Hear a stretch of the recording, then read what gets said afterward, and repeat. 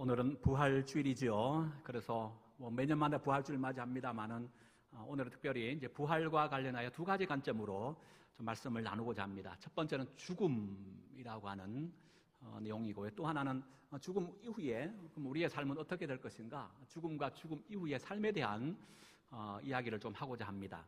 아마 이 두 가지 주제들은 믿음의 성도된 우리뿐만 아니라 믿지 않는 세상 사람들에게도 굉장한 관심을 가지고 있는 그런 주제들이 아닌가 싶습니다. 먼저 죽음부터 조금 확인해 볼까요? 오늘 말씀의 제목을 혹시 보셨나요? 주보를 보면 말씀의 제목이 죽음을 넘어 부활의 영광으로, 이렇게 제가 말씀의 제목을 붙였습니다. 여기에 보면 죽음의 위치를 제가 언급해 놓았습니다. 여러분 질문합니다. 부활이 있기 위해서는 반드시 먼저 선행되어야 할 조건이 있다는 거예요. 부활을 위해서는 먼저 반드시 일어나야 할 일이 있다는 거죠. 그럼 그게 뭘까요? 네, 맞습니다. 바로 그것이 죽음입니다. 그 예수님께서도 장사된 지 사흘 만에 죽은 자 가운데서 다시 살아나시고, 사도신경을 통해서 우리가 날마다 고백하는 그런 내용 아닙니까? 부활이 물론 의미 있고 중요합니다. 그러나 이 부활 신앙을 갖기 위해서는 먼저 우리가 뭘 깨달아야 하느냐? 나는 죽습니다. 나는 죽는 존재입니다. 나는 한계가 있고 나는 제한적이며 나는 영원히 사는 그런 존재가 아니라 나는 죽는 존재입니다. 자기 죽음에 대한 분명한 자각과 자기 통감이 있는 자가 가지는 신앙이 뭐라고 해요? 그게 바로 부활 신앙이라는 거예요. 오늘 먼저 구약의 본문 창세기 2장부터 한번 볼까요? 7절을 보십시다. 창세기 2장 7절 다시 한번 읽어볼 텐데요. 한번 찾으십시오. 2장 7절 같이 다시 읽어봅니다. 여호와 하나님이 땅의 흙으로 사람을 지으시고 생기를 그 코에 불어넣으시니 사람이 생명이 되었다. 그리고 저를 보십시오. 여러분 창세기 보면 하나님께서 천지를 창조하셨습니다. 근데 모든 어떤 피조 세계를 창조하실 때 어떻게 창조하셨습니까? 오직 당신의 말씀 하나로 천지를 창조하셨다라고 성경이 기록합니다. 그래서 예를 들면 빛이 있으라 했더니 그대로 빛이 된 겁니다. 그리고 빛을 발하는 해, 달, 별을 또한 말씀으로 만드신 것을 보게 되지요.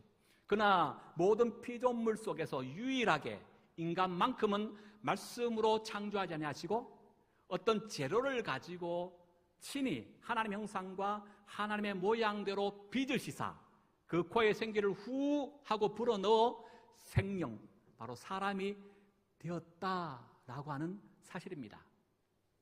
마치 제가 어제 우리 권사님, 이건 이 꽃꽂이 수준을 넘어섰죠. 어제 보니까 소위 한 땀 얼마나 정성스럽게 꽃꽂이를 하시는지 그냥 꽃꽂이 수준을 넘어서 하나의 작품이 된 것 같습니다. 하나님이 다른 피조물과 다르게 우리를 바로 친히 당신의 모양과 당신의 형상으로 빚어서 그렇게 정성을 다하고 혼을 쏟아서 만들어진 것이 누구라고요? 그게 바로 우리 인간 아담아라고 한다는 사실입니다. 여러분 여기서 중요한 것은 그러면 하나님께서 우리를 만드실 때 어떤 재료를 사용하여 우리를 만드셨냐라는 거예요. 오늘 창세기 2장 7절에 보니까 땅의 흙으로 우리를 만드셨다 그렇게 말하고 있죠. 땅과 흙, 우리는 그렇게 이걸 따로 구분하지 잘 않습니다. 때로는 땅이 흙이 될 수도 있고 또 흙을 땅이라고 얘기합니다. 그러나 히브리 단어는 이 두 단어가 완전히 다른 개념으로 사용하고 있습니다.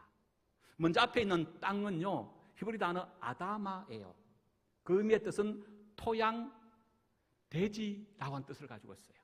뒤에 있는 흙은 아파르, 먼지, 티끌이라는 뜻입니다. 여러분, 앞에 있는 땅, 이 토양하고 뒤에 있는 아파르, 먼지, 흙하고 여러분 차이가 뭘까요? 다른 것이 아닙니다. 재생산의 힘과 능력이 있느냐 없느냐의 차이였다는 거예요. 여러분 봄철에 이 농부가 땅에다가 씨를 뿌립니다. 그럼 어떻게 됩니까? 시간이 지나면 싹이 나고 자라나 열매가 맺혀지게 됩니다. 왜 그렇습니까? 이 땅에는 재생산의 힘이 있기 때문에 그런 거죠. 그러나 여러분, 이 아파르, 먼지, 여러분, 이 티끌에는 아무리 씨를 뿌려도 씨앗이 자라나지 않습니다. 싹이 트지 않습니다. 왜 그래요? 거기는 수분이 없기 때문에 그렇습니다. 영양분이 없어서 그래요.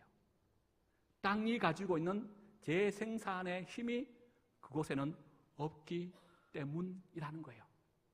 그러면 여러분, 하나님께서 그 많고 많은 재료들 중에 왜 이렇게 아파르, 그냥 먼지 티끌 아닙니까? 손 위에 얹어놓고 후 하고 불으면 공중에 날아 없어져 버리는 정말 아무것도 아닌, 그렇다고 땅처럼 뭐 재생산의 힘이나 능력도 없는 그런 보잘것없는 걸 가지고 왜 우리를 그 재료를 삼아 아다마라고 하는 사람, 우리를 만드셨을까라고 하는 거예요. 여기에 중요한 영적인 원리가 있습니다. 다른 것이 아니에요. 우리는 창조 때부터, 우리는 처음 만들어질 때부터 철저하게 누구만을 신뢰하고 의존하도록 그렇게 만드셨다고요? 하나님을 절대적으로 의존할 수밖에 없는 존재로 우리를 만드셨다는 거예요. 이건 다른 말로 얘기하면 우리 인간은요, 하나님을 떠나서는 살 수 없다는 거예요. 하나님의 절대적인 도움이 우리에게는 반드시 필요하다는 거예요. 우리는 하나님 안에 있을 때만 사는 존재로 하나님 그렇게 처음부터 우리를 만드셨다는 거예요. 그렇습니다. 우리는 하나님의 은혜가 아니고서는 하루 한 시간도 살아갈 수 없는 그런 연약한 존재라고 하는 거지요. 그래서 옛말에 무비공이라고 하는 말이 있죠. 곱이 없을 무 구멍공입니다. 콧구멍으로 들숨과 날숨을 쉴 수 있는 사람은 살아있는 사람이고, 그렇지 못한 사람은 죽은 사람이라는 거예요. 이것을 일찍이 깨달은 구약의 한 선지자가 있습니다. 바로 이사야 선지자입니다. 그는 이사야서 4장 2절과 22절을 통하여 이렇게 말합니다. 너희는 인생을 의지하지 말라. 그의 호흡은 코에 있기 때문이다. 여러분, 이처럼 우리의 인생이 거창한 것 같지만 죽음도 생명도 한낱 이 코끝에 달려있는 그런 연약하게 짝이 없는 존재가 바로 우리 인간이라는 거예요. 뿐만 아닙니다. 베드로 사도는요, 야고보서 4장 14절, 야고보서는 이렇게 얘기합니다. 내일 일을 너희가 알지 못하는도다. 너희 생명이 무엇이뇨? 너희는 잠깐 보이다가 없어지는 안개에 불과하다. 시편 103편 15절도 이렇게 얘기합니다. 인생은 그날이 풀과 같으며 그 영화가 들의 꽃과 같도다. 고린도후서 5장 1절에 이렇게 얘기합니다. 우리의 인생을 가리켜 장막과 같다라고 표현하고 있습니다. 여러분, 아침 안개는 잠깐 있다가 사라지죠. 그리고 파릇파릇했던 들의 풀도, 세상의 모든 아름다움을 한 몸에 다 담고 그 자태를 뽐내는 꽃도 얼마 되지 못해 마르고 시들고 사라져 없어져 버립니다. 지난밤에 쳐놓았던 장막도 아침 날이 밝으면 다음 장소로 가기 위하여 거두어 버립니다. 이것이 곧 우리의 인생이라는 거예요. 무한한 것 같지만 유한한 존재, 의로운 것 같지만 죄된 인간, 천년만년 영원히 살 것 같지만 하나님께서 오늘이라도 우리를 부르시면 우리는 그렇게 죽을 수밖에 없는 연약한 존재에 불과하다는 거예요. 그래서 몰투만이라고 하는 신학자 이렇게 말했습니다. 우리가 언젠가 죽을 수밖에 없다는 것이 인간과 신의 차이라면 이것을 우리가 안다는 것이 인간과 동물의 차이다. 민수기 21장에 보면 녹뱀 사건이 나옵니다. 이스라엘 백성들이 광야의 험준한 길로 인하여 하나님과 모세를 원망하였습니다. 이때 하나님께서 원망하는 그들에게 녹뱀을 보내어서 그들을 물게 하며 물린 자마다 이제 죽게 되는 거예요. 물려 죽는 사람들이 여기저기 나타나게 되었습니다. 그때 사람들이 아우성치는 겁니다. 하나님, 제가 잘못했습니다. 하나님, 저를 살려주세요. 하나님, 저를 제발 이 고통으로부터, 이 죽음으로부터 나를 살려달라고 아우성칩니다. 그때 하나님께서 모세를 통하여 내린 일이 뭡니까? 높은 장대 위에다가 녹뱀을 만들어라. 불뱀을 보내죠. 그렇게 바뀌었네요. 예, 불뱀을 처음에 보냈습니다. 그 장대 위에다가 녹뱀을 만들어 걸라고 말했습니다. 그리고 뭐라 그래요? 누구든지 장대 위에 걸린 그 노뱀을 바라보는 자는 죽지 않고 산다는 거예요. 그런데 성경 민수기 21장 9절에 보니까 이렇게 기록되어 있습니다. 모세가 노뱀을 만들어 장대 위에 다니 뱀에게 물린 자마다 노뱀을 쳐다본 즉 살더라라는 거예요. 노뱀을 쳐다본 즉 사는데, 여기 문구를 자세히 보면 모두가 뱀에 물려 죽어가고 있음에도 불구하고 모든 사람이 한결같이 다 노뱀을 쳐다보아 살지는 않았다는 거예요. 무슨 얘기일까요? 지금 자신이 불뱀에 물려서 죽어가고 있음에도 불구하고 또 이미 불뱀에 물려 죽은 사람의 시체가 옆에 나뒹굴고 있는 것을 봄에도 불구하고 그들은 장대 위에 걸린 노뱀을 쳐다보지 않는다는 거예요. 다른 이유가 아닐 것입니다. 그들은 자신의 죽음을 아직까지 자각하지 못하고 있다는 거예요. 죽어가고 있음에도 불구하고 내가 설마 죽으려고, 내가 조금 전까지만 해도 이렇게 건강하게 잘 살아왔는데 뭐 이 뱀 하나에 물렸다 해서 내가 죽을까? 죽어가는 시체가 널브러져 있는 것을 봄에도 불구하고 자신의 죽음을 인식하지 못한 자들인 거예요. 그들은 어떻게 되었을까요? 바로 끝내 그 자리에서 다 죽임을 당하고 말았습니다. 여러분, 이 사건과 반대되는 내용이 창세기 4장에 나옵니다. 창세기 4장에 보면 한 사람의 중요한 이름이 나오는데 그 이름은 바로 에노스입니다. 에노스의 아버지가 셋입니다. 셋은 누구죠? 하나님께서 아벨 대신에 아담과 하와에게 주신 바로 자식이었습니다. 셋이 아들을 낳았는데 그 이름을 에노스라 지은 겁니다. 그런데 에노스 이후부터, 에노스를 시작으로 그 당시에 세상 사람들의 놀라운 변화가 이렇게 성경은 일어났다라고 기록합니다.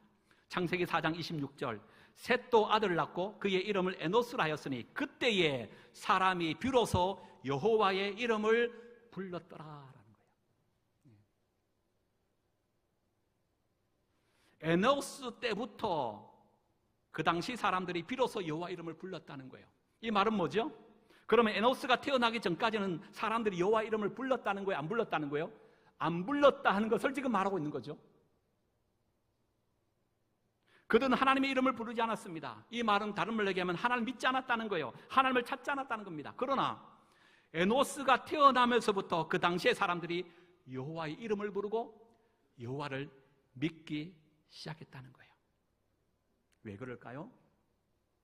에노스가 가지고 있는 그의 이름의 뜻에서 우리는 그 힌트를 발견합니다. 에노스, 이름의 뜻이 사람이란 뜻이 또 있지만 나는 연약한 존재입니다. 나는 죽을 수밖에 없는 존재라고 하는 이름의 뜻을 가지고 있어요. 여러분, 바로 이것입니다.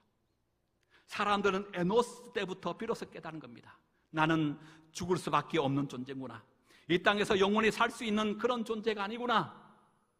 나도 아침에 안개와 같이 들의 꽃과 같이 언젠가 죽어 없어지는 그런 연약한 존재구나. 인간 자신이 누구인지 자각하기 시작한 그때부터 사람은 여호와 하나님을 찾고 그의 이름을 부르기 시작했다는 거예요. 그리고 바로 다음 등장하는 기사가 창세기 5장의 아담의 족보입니다. 이 족보의 강조점은 죽었다예요. 누구는 몇 살에 누굴 낳고 몇 살까지 살다가 결국 죽었더라. 그 가운데 가장 오래 산 사람도 있습니다. 무두셀라. 몇 살까지 살았을까요? 성경 가운데 가장 오래 산 사람 969세까지 살았어요. 우와.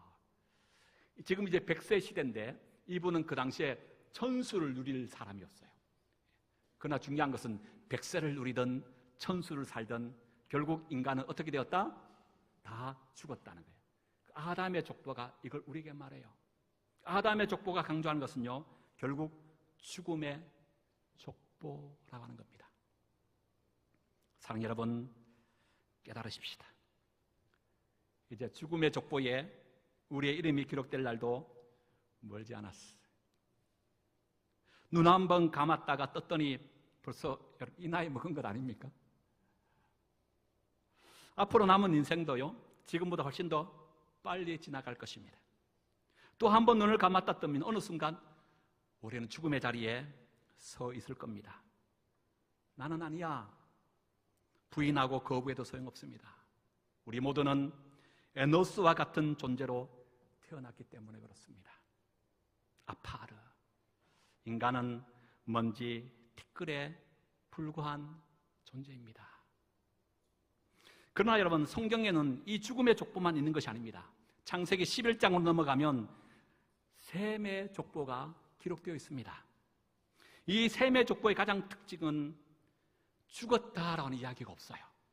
누구는 몇 살까지 살다가 자녀를 낳았느라, 누구는 몇 살까지 살다가 자녀를 낳았다라고 하는 족보예요. 그래서 우리는 이 족보를, 셈의 족보를 바로 생명의 족보다 이렇게 부릅니다. 바로 여러분, 이것입니다. 부활의 신앙은 이처럼 인간은 죽을 수밖에 없는 존재구나, 인간의 자기 한계와 자기 죽음을 통감한 자만이 가질 수 있는 신앙입니다. 그래서 우리 모두는 이 부활 신앙 때문에 죽음의 족보에서 생명의 족보에 우리의 이름이 기록된 줄로 믿습니다. 두 번째, 그러면 죽음 이후에 우리의 삶은 장차 어떻게 펼쳐질 것인가? 초미의 관심사 아닙니까? 우리 신약의 본문 보십시다. 요한계시록 20장입니다. 20장 6절인데요. 419쪽, 420쪽입니다. 요한계시록 20장 6절의 말씀, 6절 한번 다시 읽어볼까요? 시작. 이 첫째 부활에 참여하는 자들은 복이 있고 거룩하도다. 둘째 사망이 그들을 다스리는 건세가 없고 도리어 그들이 하나님과 그리스도의 제사장이 되어 1000년 동안 그리스도와 더불어 왕노릇하리라. 저를 보세요.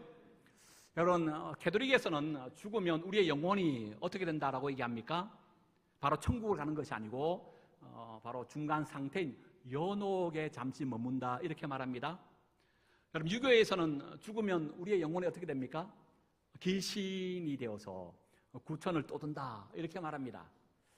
그러나 성경은 오늘 분명히 말하죠. 여기 첫째 부활과 둘째 사망이 있습니다. 첫째 부활이 있다는 것은 뭘 전제로 한 첫째 부활입니까? 둘째 부활을 전제로 한 첫째 부활을 지금 얘기하고 있는 겁니다. 둘째 사망도 마찬가지죠. 둘째 사망이 있다는 것은 이전에 이미 첫째 사망도 있었다는 전제하에 둘째 사망을 말하는 거예요. 그런데 20장 6절이 만만한 구절이 아닙니다. 논란 많고 탈 많은 구절이 6절이에요. 여기에 대한 해석이 분분하다는 겁니다. 여기에 대한 다양한 해석과 다양한 주장들이 펼쳐지고 있어요.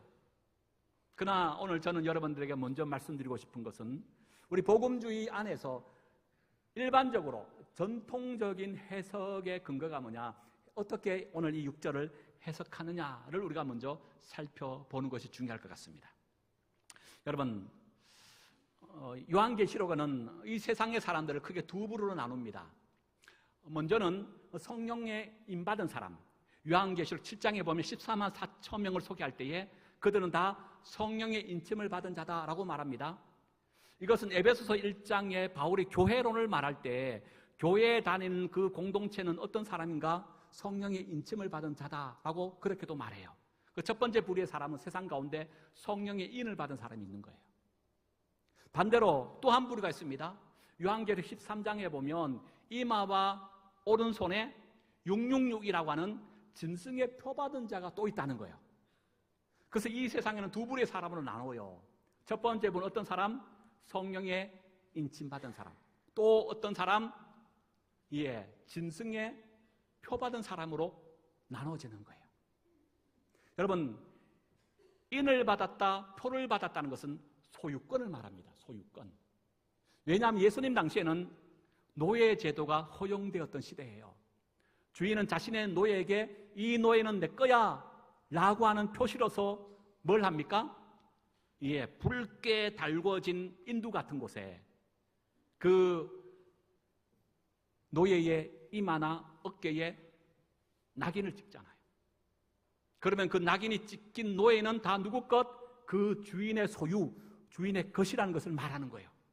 여러분, 세상은 두 부로 사람으로 나눠집니다. 성령의 인친 사람은 누구의 소유된 자라는 거예요? 성령님께 속한 자라는 것을 말해요. 666 이마와 오른손에 짐승의 표 받은 자는 누구에게 속한 자라는 것을 말하죠? 짐승 곧 사탄에게 속한 자라는 것을 말합니다. 그래서 세상은 크게 신자와 불신자로 나눠요. 성령의 인침받아 성령에 속한 사람은 예수 믿어 구원함 받은 신자된 우리를 말하는 줄로 믿습니다. 그러나 666이라는 짐승의 표를 받은 사람은 사탄에게 속한 자이기에 그들은 불신자예요. 세상은 그렇게 신자와 불신자로 나누어진다는 겁니다. 그리고 신자나 불신자나 이 땅에 살다가 하나님께서 허락하신 생명의 연수를 누리다가 다 같이 어떻게 됩니까? 다 죽는 거예요. 그렇죠? 제가 여러분들에게 지금 예언하긴 하건데 우리 예인이가 있는데 제가 봤을 때는요 100년 이후에 이곳에 살아 계실 분 아무도 없어. 다 같이 죽음을 맞이해요. 예수 믿어도 죽고 예수 믿지 않아도 육체의 죽음을 다 맞이하게 돼요. 그게 아파르, 우리의 연약함이에요. 다 죽습니다. 그런데 그 다음에 중요한 거예요. 죽으면 우리의 영혼은 어떻게 될까요? 이제 전통적인 제가 해석을 하는 겁니다. 우리가 죽으면 우리의 영혼은, 신자의 영혼은 낙원에 가요. 낙원에 가서 예수님과 함께 그 낙원에서 거하게 될 것입니다. 이걸 오늘 성경에는 첫째 부활이라고 말하는 거예요. 그럼 불신자의 영혼은 어떻게 됩니까? 수올, 바로 음부로 떨어지게 돼요. 그리고 마지막 주님이 재림하실 거예요. 재림할 그때에 첫 번째 육신의 죽음을 맞이하잖아요. 이 육신은 어떻게 됩니까? 너희는 땅으로부터 왔으니 땅으로 다시 돌아가라. 땅에 묻혀 땅의 흙이 될 겁니다. 그런데 주님이 재림하면 땅에 묻혔던 이 몸이 부활하게 돼요. 그래서 이 몸을 우리는 부활의 몸이라고 말합니다. 주님이 재림하시는 그 순간에 부활의 몸이 될 텐데, 그러면 예수님과 더불어 낙원에 있던 신자의 영혼이 부활의 몸과 연합이 되는 거죠. 온전히 창세전의 원래의 아름다운 모습으로 변화되는 겁니다. 그걸 고린도전서 15장에는 신령한 몸이라고 표현해요. 불신자의 영혼도 마찬가지입니다. 주님의 재림 앞에 죽었던 육체가 부활합니다. 바로 음부에 떨어졌던 그들의 영혼도 바로 새롭게 부활한 몸과 하나가 될 겁니다. 그리고 마지막 최후 심판이 있는 거예요. 최후 심판 이후에 어떻게 됩니까? 신자된 우리는 새 예루살렘, 새 하늘과 새 땅, 바로 하나님 나라 천국으로 영원히 들어갈 겁니다. 그러나 믿지 않는 성도는 어떻게 됩니까? 영원한 불못에 떨어져요. 그걸 오늘 성경은 뭐라고 얘기한다고요? 둘째 사망의 길로 떨어진다. 둘째 사망은 영원한 죽음으로 떨어진다는 것을 말해요. 이것이 오늘 본문에 대한 전통적인 해석입니다. 다시 좀 정리해 보십시다. 여러분, 신자나 불신자나 죽어야 안 죽어요? 죽어요. 이 죽음은 어떤 죽음? 육체의 죽음이에요. 죽으면 육체는 땅에 묻혀 흙으로 사라져 없어버려요. 그렇죠? 그리고 산자의 영혼은 어떻게 된다? 낙원에서 예수님과 함께 거한다. 죽은 자의 영혼은 음부, 수월로 떨어진다. 그리고 예수님이 재림하면 이 땅의 1차 육체가 죽었던 그 영혼이, 그 육체가 다시금 부활해요. 그러면 낙원에 있던 신자 영혼이 그 부활의 신령한 몸을 덧입어요. 음부에 있던 불신자들의 영혼도 이 부활의 몸과 하나가 될 겁니다. 그리고 최후 심판이 나타나요. 최후 심판 후에 바로 신자들은 새하늘과 새 땅 새 예루살렘 가지만 불신자는 둘째 사망인 영원한 불못에 떨어진다는 거예요. 이해가 되시죠? 예. 그러기에 뭘 얘기하는 겁니까? 지금 유교가 말하는 우리 애가 죽으면 귀신이 되어서 후손들이 제사상을 잘 차려둬야 돼. 그래야 조상의 귀신이 그 제사상을 먹고 그 후손들에게 복을 줘. 맞아요? 틀려요? 아닙니다. 천주교는 연옥을 얘기해요. 중간 상태 말합니다. 우리 전통적인 이 복음주의 해석안에서도 낙원, 음부라고 하는 중간 상태의 개념을 인정하는 것 같습니다. 그러나 캐톨릭이 말하는 중간 상태 연옥과 다른 것이 뭐냐 하면 캐톨릭에서 이 연옥에 떨어지는 사람은 바로 천국으로 가기에는 2% 뭔가 부족한 사람이라는 거예요. 2%의 믿음이 부족한 거예요. 그러면 이들이 어떻게 영원한 천국인 낙원에 갈 수 있는가? 살아있는 그들의 후손들이 이 땅에서 공덕을 잘 쌓으면 그 후손들의 공덕의 은혜를 받아 연옥에 있던 조상들이 바로 천국으로 들어가게 된다는 거예요. 맞아요? 틀려요? 그것도 아니라는 거예요. 여러분, 이런 전통적인 해석의 기반하에 또 다른 해석이 있는데요. 이 해석을 조금 주목할 필요가 있습니다. 오스카 쿨만이라는 신학자가 글소와 시간이라고 하는 책을 통하여 그는 이렇게 말합니다. 우리는 지금 3차원의 시간 속에 살고 있죠. 그러니까 뭡니까? 우리의 3차원의 이 세상 속에는 시간의 제약이 있습니까? 없습니까? 있지요. 네. 공간의 제약이 있습니까? 없습니까? 있지요. 여기 있으면서 여러분 동시에 다른 장소에 갈 수 있습니까? 없습니다.